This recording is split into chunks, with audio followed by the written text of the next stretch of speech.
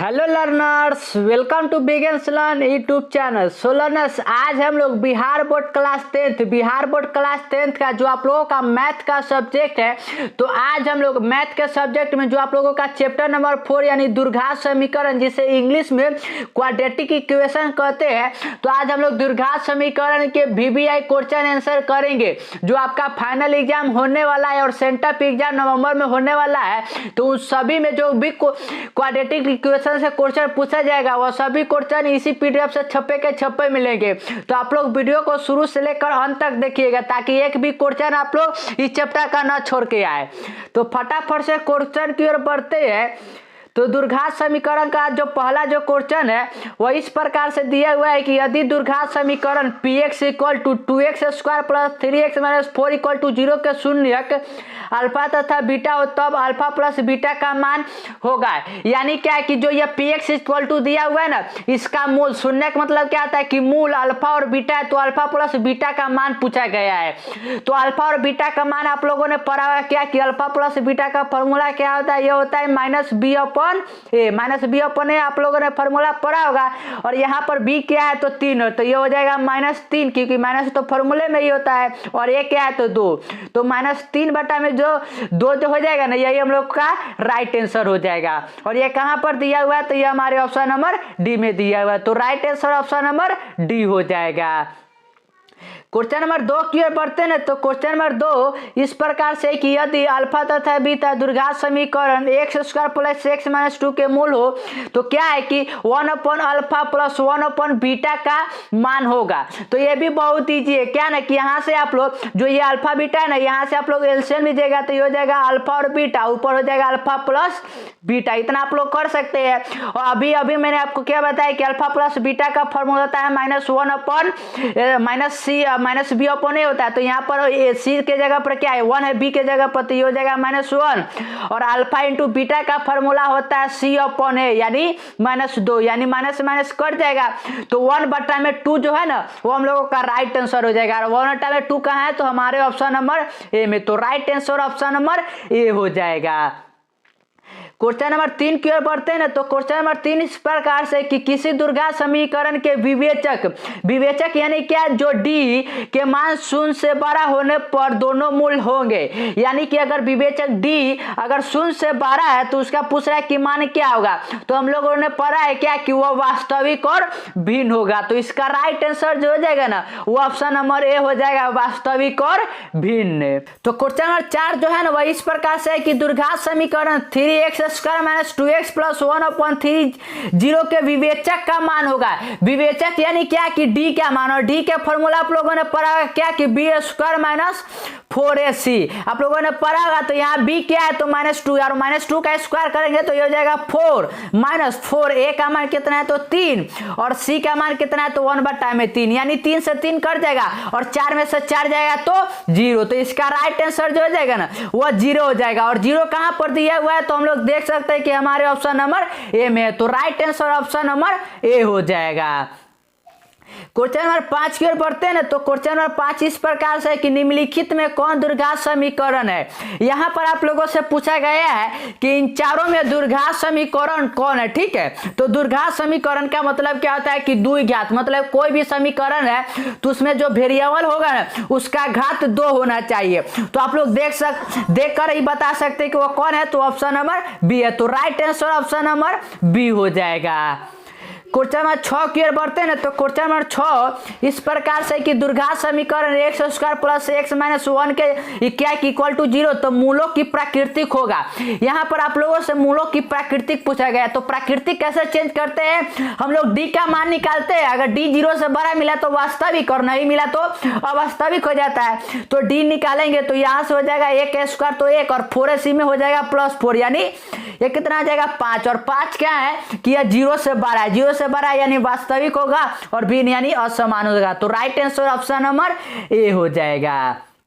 और ये सभी क्वेश्चन आपके एग्जाम में टकराएंगे ही टकराएंगे। क्वेश्चन नंबर 7 इस प्रकार से कि निम्नलिखित में कौन द्विघात समीकरण नहीं है।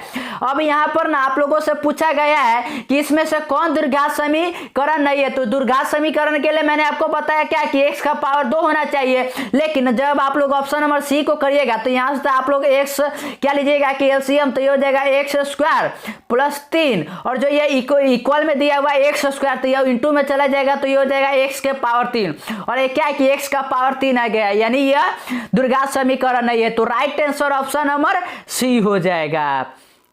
क्वेश्चन नंबर 8 की ओर बढ़ते हैं ना, तो क्वेश्चन नंबर 8 इस प्रकार से कि द्विघात समीकरण इतना का इक्वल टू 0 का विविक्तीकरण या विवेचक मतलब क्या आता है कि डी, और डी का मान मैंने अभी बताया कैसे निकालते हैं, तो b² माइनस 4ac करके, तो b² करेंगे तो ये हो जाएगा 25 और माइनस 4ac यानी 4 चौका 16, तो 25 में से 16 जाएगा तो कितना मिलेगा, तो 9 मिलेगा। तो इसका राइट आंसर जो हो जाएगा ना वो 9 हो जाएगा, और 9 कहां पर है, तो हमारे ऑप्शन नंबर सी में। तो right answer option number C हो जाएगा 9।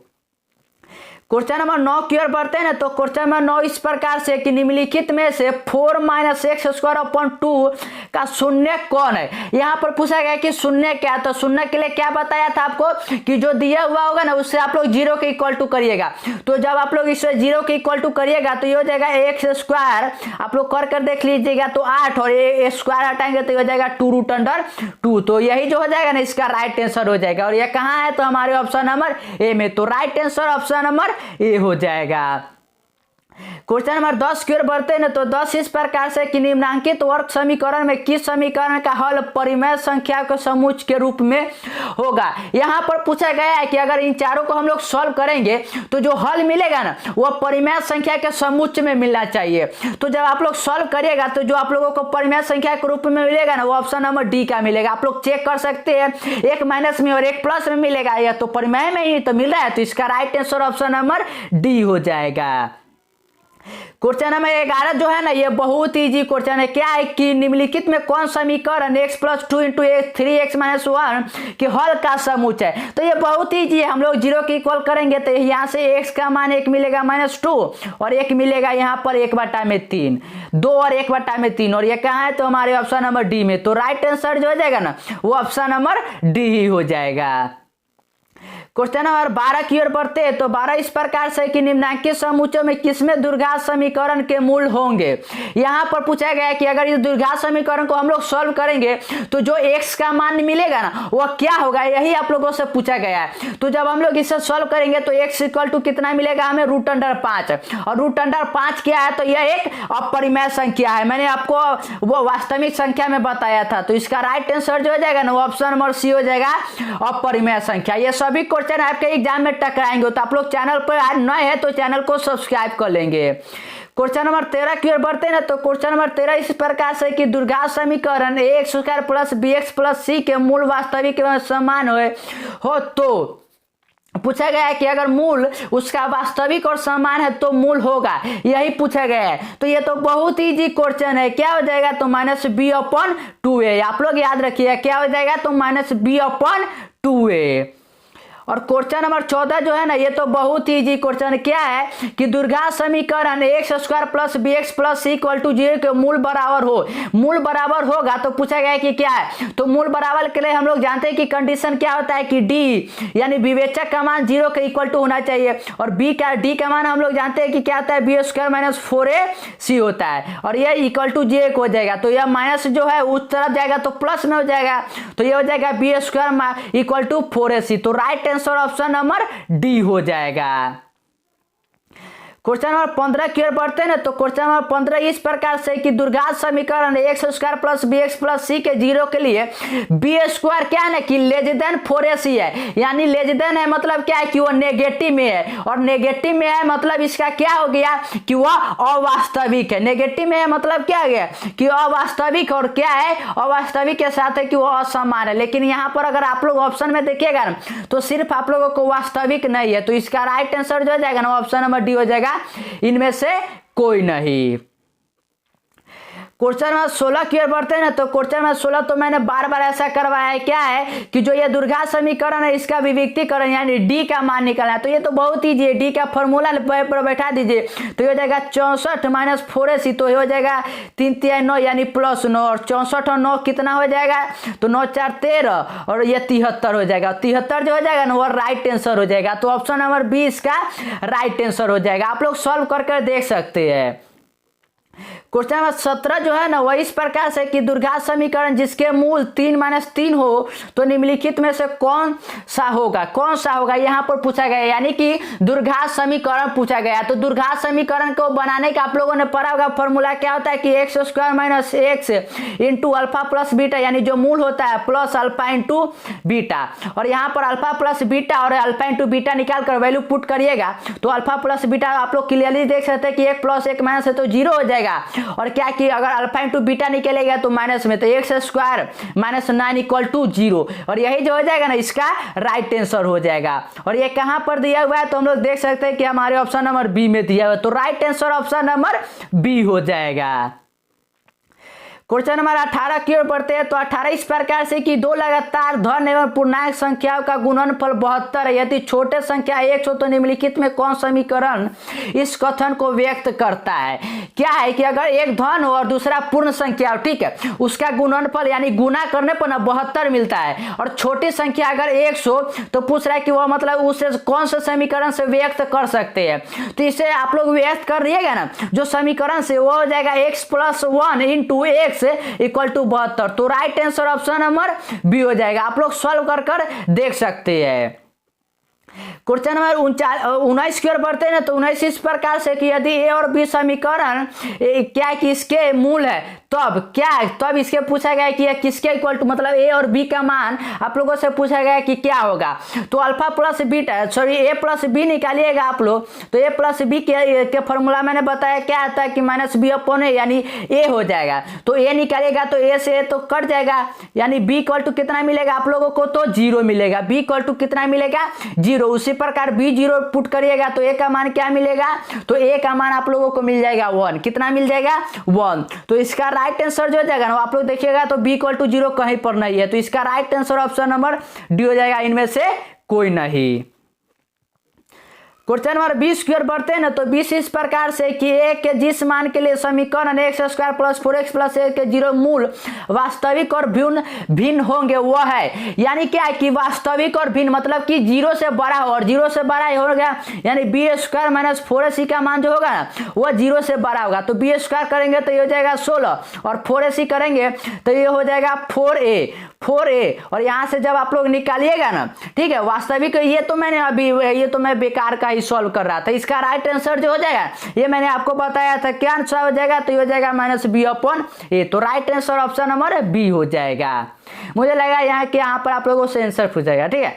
तो ऑप्शन नंबर 21 है इस प्रकार से कि द्विघात समीकरण x² + 2x - 3 = 0 मूल के योगों का मान होगा। ये बहुत ईजी क्वेश्चन है, क्या है कि मूलों के योग। तो सबसे पहले आप लोग इसका मूल निकालेगा, तो मूल आप लोगों ने पढ़ा होगा जो फैक्टराइज करने का, या फिर आप लोग कैसे निकालते होइएगा वैसे आप लोग मूल निकाल लीजिएगा। 2 मूल मिलेगा और उन दोनों को जोड़ दीजिएगा ना तो आपका आंसर मिल जाएगा, और आंसर जो मिलेगा ना वो मिलेगा -2। तो इसका right answer option number A हो जाएगा। आप लोग सॉल्व कर देख सकते हैं। एक मिलेगा आप लोगों को -1 और दूसरा भी -1 मिलेगा, आप लोग देख सकते हैं।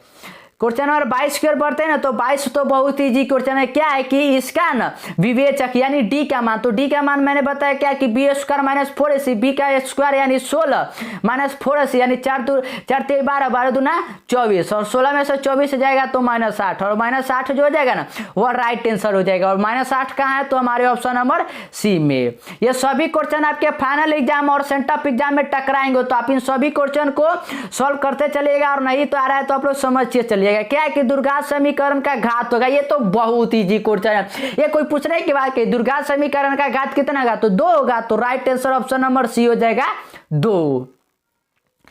क्वेश्चन नंबर 24 जो है ना, वो क्वेश्चन नंबर 24 इस प्रकार से है कि x इक्वल टू आप लोगों को इतना दिया हुआ है, तो x प्लस 1/x का मान पूछा गया है। ठीक है, तो इसके लिए ना आप लोग क्या करेगा, x का मान तो दिया हुआ है, तो 1 बटा में x का मान निकलेगा। उसके बाद आप लोग जब ऐड करिएगा दोनों को, बोथ को, तो जो आप लोगों को आंसर मिलेगा ना, वो आंसर मिलेगा 4। आप लोग ऐड कर देख सकते हैं। तो right answer option number A हो जाएगा।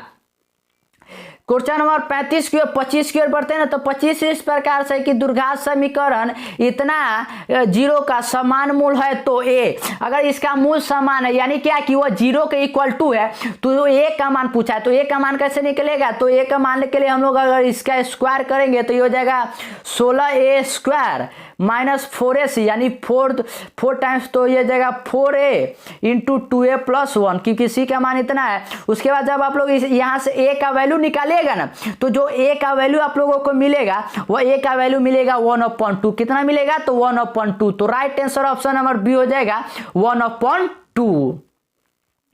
क्वेश्चन नंबर 26 की ओर बढ़ते हैं ना, तो 26 इस प्रकार से कि द्विघात समीकरण -3x square plus 4x plus 5 equal to 0 के मूलों का योगफल कितना होगा। इसके मूलों का योगफल कितना होगा, तो यह भी बहुत इजी है। क्या है कि आप लोग इसका मूल निकालिएगा, जो मिलेगा मूल उसको आप लोग ऐड कर दीजिएगा, और ऐड करने के बाद जो आंसर आएगा वही हो जाएगा आप लोगों का आंसर। तो इसका जो राइट आंसर हो जाएगा ना, मैं बता देता हूँ, हो जाएगा 4/3। आप लोग मूल निकाल कर उसको जोड़कर देख सकते हैं।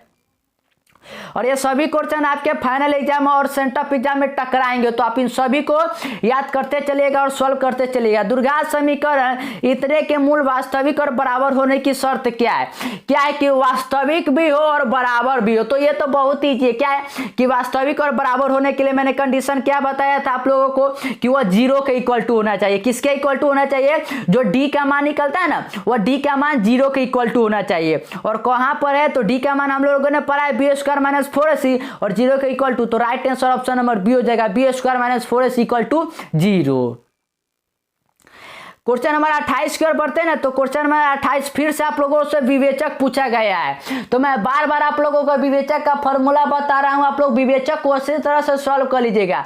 विवेचक का फॉर्मूला क्या होता है, डी का मान जो होता है वो होता है बी स्क्वायर माइनस 4ac। तो बी स्क्वायर यानी 10 का स्क्वायर यानी 100 हो जाएगा, और 4ac यानी हो जाएगा 4×3 12 और 12×3 24।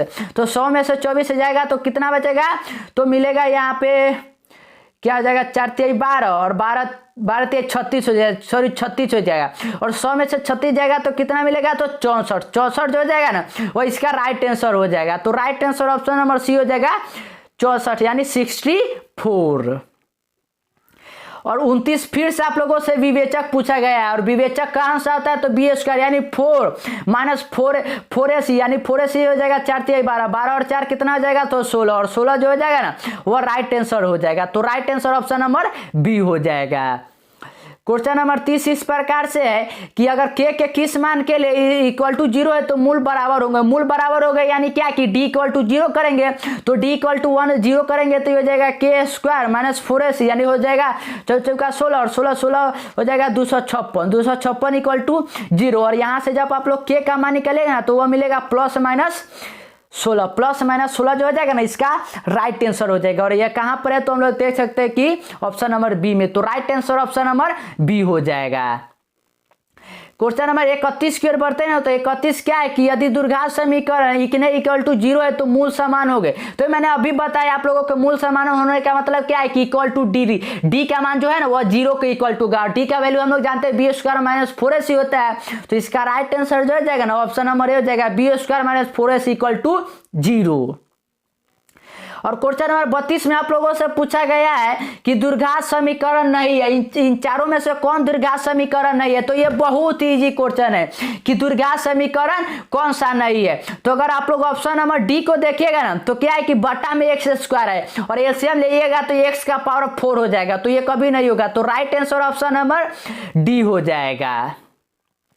और अभी तक अगर आपने चैनल को सब्सक्राइब नहीं किया ना तो चैनल को जल्दी से जल्दी सब्सक्राइब कर लेंगे, क्योंकि इसके बाद मॉडल सेट, उसके बाद मॉक टेस्ट लगातार आप लोगों को प्रैक्टिस करवाना है, तो आप लोग चैनल को सब्सक्राइब कर लेंगे।